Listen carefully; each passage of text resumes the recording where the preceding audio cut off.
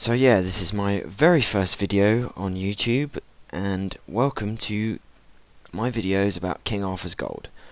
It's a new game that's, it's relatively new, made by the same guy who did Soldat. I don't know if you know that game, but it was quite a popular, and still is quite popular, 2D side-scrolling shooter. And it's kind of similar in this sort of way that it's like 2D side scrolling, and you've got different like weapons and stuff, but it's also quite different because you've got it's set in medieval style, as you can probably tell from King Arthur's Gold as title, and it's actually really good. I mean, I'm addicted to it, so just gonna show you the gameplay basics.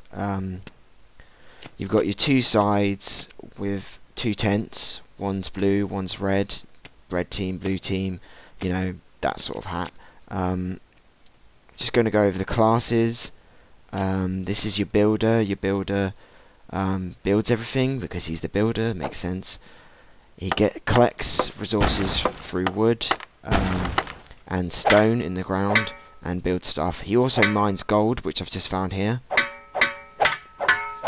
and brings it back to the tent, although there's usually gold sacks which you press E on rather than the tent.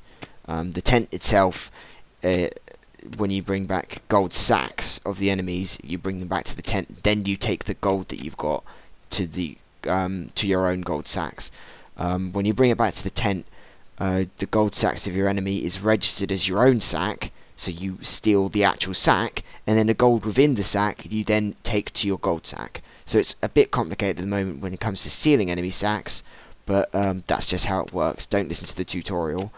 Well, the image tutorial, that's going to get changed soon anyway when you download the game. So as you've just heard, you can steal the enemy's gold by going up to their gold sacks in their base and stealing it. Obviously it's not going to be that simple because they'll have defences, they'll have people trying to defend their gold. And that's the basis of the game. You have to get a certain amount of gold, not in a certain time limit, it's completely unlimited time at the moment. And the first team to reach that gold limit, it's usually something around 1,000 or 800 or something, each block being 10 points of gold, so it's not that bad, wins the game.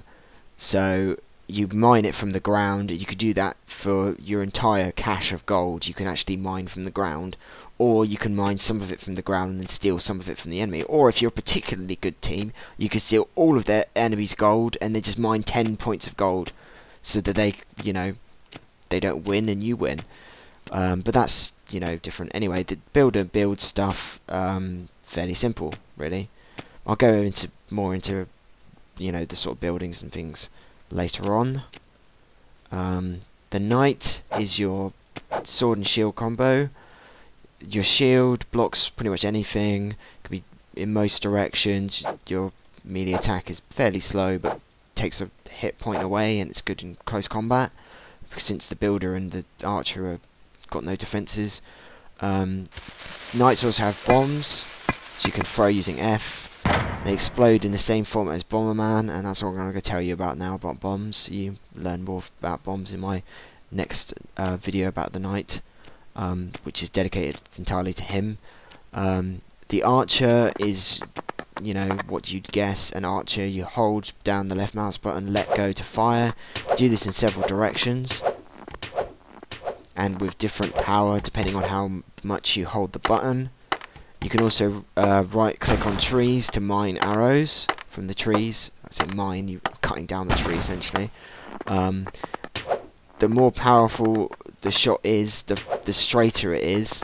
So if I make a less powerful shot, it arcs, whereas if I do a really powerful shot, it goes straight up in the air. So if you want to hit someone's head from above, you arc the shot like that. That would go up and hit them.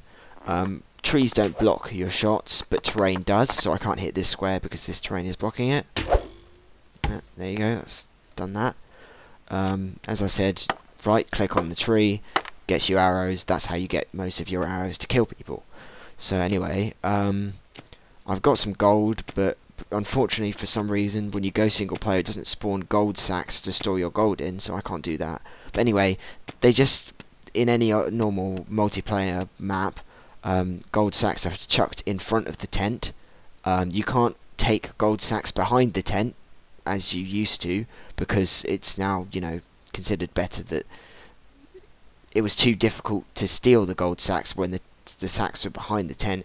It's still difficult now, but it's a lot easier because you have to build gold sacks in front of the tent, meaning that you can't always defend your gold sacks, which is good because you should at least be possible to steal a gold sack. So anyway, you've got your gold sacks, you press E on them when you've got gold in your inventory, and that stores the gold. When you don't have gold in your inventory, you can move the gold sack into your dedicated gold vault, which you should hopefully have built, fairly secure and everything, and press E to throw it into the gold vault, so that you've got a secure gold storage. You can put your gold vault pretty much anywhere, you can put your sacks pretty much anywhere, as long as they're not behind the tent. It could be up in the air, it could be down in the ground, you know, wherever you want, really. I'm just going to run through the map as well to show you the other tent, how big a standard map is, about 350 squares width I've gone on.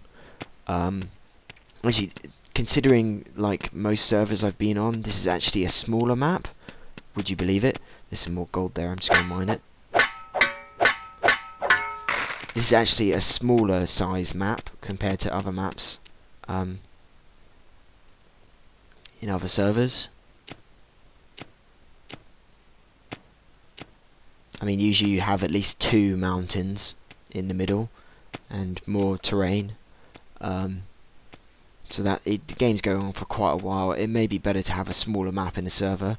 Anyway, there's the enemy tent. For some reason you can change your class in the tent. I'm not quite sure why that is at the moment, but probably will get removed because it's a bit stupid. They will have gold somewhere in these rocks, so there's gold on both sides of the map. It's supposed to be evenly anyway. There's also supposed to be more gold in the middle of the map to encourage people to fight over gold, because obviously if you've got a builder and he goes down to the bottom of the map and just mines gold the entire game, it's a bit boring, and it kind of defeats the purpose of, like, you know, fight and capture each other's gold sacks. So anyway, that's that. I'm sure that, you know, there's bound to be gold somewhere in these rocks. You just can't see them yet. You have to dig for it since this is all fog of war. And that's basically it for the basics of the game. I'll make 3 other videos first of each class, going into more detail. Then I'll probably make a 4th video about advanced tactics for each class and in general. A 5th video would be about how to build a fort. A 6th video maybe about what you shouldn't do, what you know, the top 10 big no-nos of this game, or top 10 how to piss off the rest of your teammates in the game. Which I'm not trying to make to encourage griefers, but, you know, just so that you know what you shouldn't be doing. And yeah, those are the planned videos for this game. Hopefully I'm trying to get these videos up on the wiki so you can look at them whilst you're reading the wiki, if people support these videos at all. And that's about it, so I'll see you until next time.